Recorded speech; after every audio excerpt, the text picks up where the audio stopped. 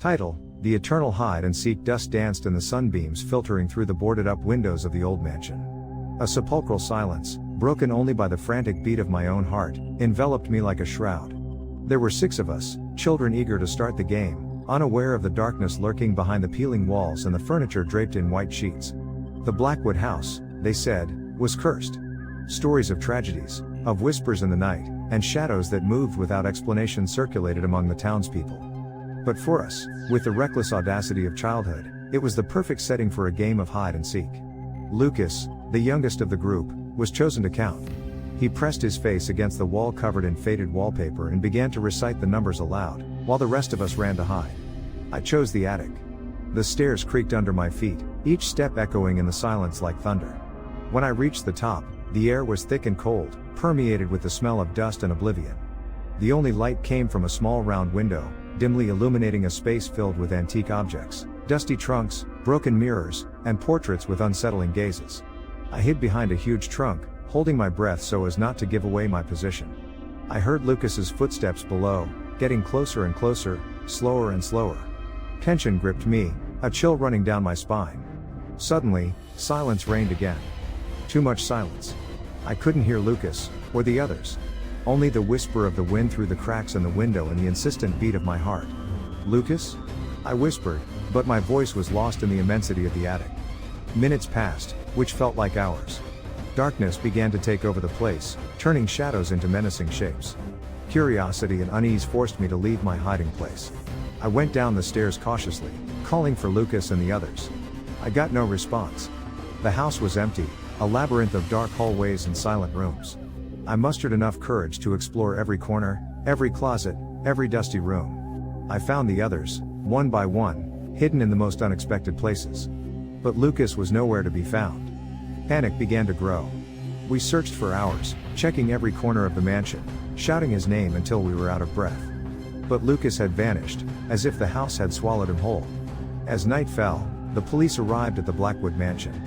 They searched exhaustively, but found no trace of Lucas. The entire town joined the search, but it was in vain. Lucas had disappeared.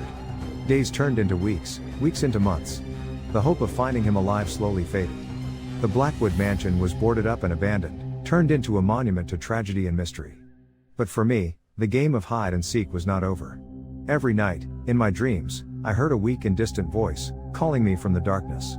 "Find me before it's too late." At first, I thought it was my imagination, the remorse for not having found Lucas. But the voice became stronger, more insistent, until I began to hear it even when I was awake. One night, I woke up with a start. The voice was clear and sharp, as if it were right next to me. I got out of bed and followed the sound, which led me to the mirror in my room. Looking in the mirror, I saw something that froze my blood. Behind my reflection, in the darkness of the glass, appeared the pale and emaciated face of Lucas. His eyes were full of terror and despair. "Help me," he shouted in a hoarse voice. "I'm trapped here. In the house." Before I could react, the reflection disappeared. The mirror showed my face again, but nothing was the same. I knew that Lucas was alive, trapped somewhere in the Blackwood mansion. I decided to return to the house, despite the fear and the warnings of the others. I wanted to find Lucas, even if it meant facing the darkness that hid within. I entered the mansion at midnight, armed with a flashlight and borrowed courage. The silence was even more oppressive than the last time. The house seemed to watch me, waiting for my next move. I followed the sound of Lucas's voice, which guided me through the dark hallways and dusty rooms. I arrived at the attic, the place where it had all begun. The light of the flashlight barely illuminated the space. The antique objects seemed to come to life in the dim light, watching me with menacing gazes. Suddenly, I heard a whisper coming from behind the trunk where I had hidden last time. I approached cautiously and removed the lid. There, at the bottom of the trunk, I found Lucas. He was curled up in a fetal position, trembling with cold and fear. His face was pale and his eyes sunken. He seemed to have aged years. "Lucas," I exclaimed, relieved. "I found you." Lucas looked up and stared at me with a confused expression. "Who are you?"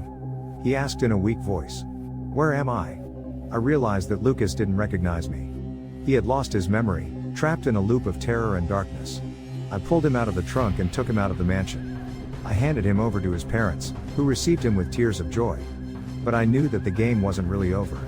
I knew that something had broken in Lucas, something that could never be repaired. And I also knew that the Blackwood Mansion wouldn't let me go so easily. From that night on, the whispers in the darkness grew louder, more constant. I felt a presence watching me, following me everywhere. One day, I found myself again in front of the mirror in my room. Looking at myself, I saw that my reflection was changing. My face was becoming pale and emaciated, my eyes were sinking. I then understood the truth: the Blackwood Mansion had not only trapped Lucas, but also a part of me. I had crossed the line between the real world and the world of shadows, and now I was doomed to wander for eternity in the game of eternal hide and seek. And perhaps, one day, another person will hear my voice, begging, "Find me," before it's too late.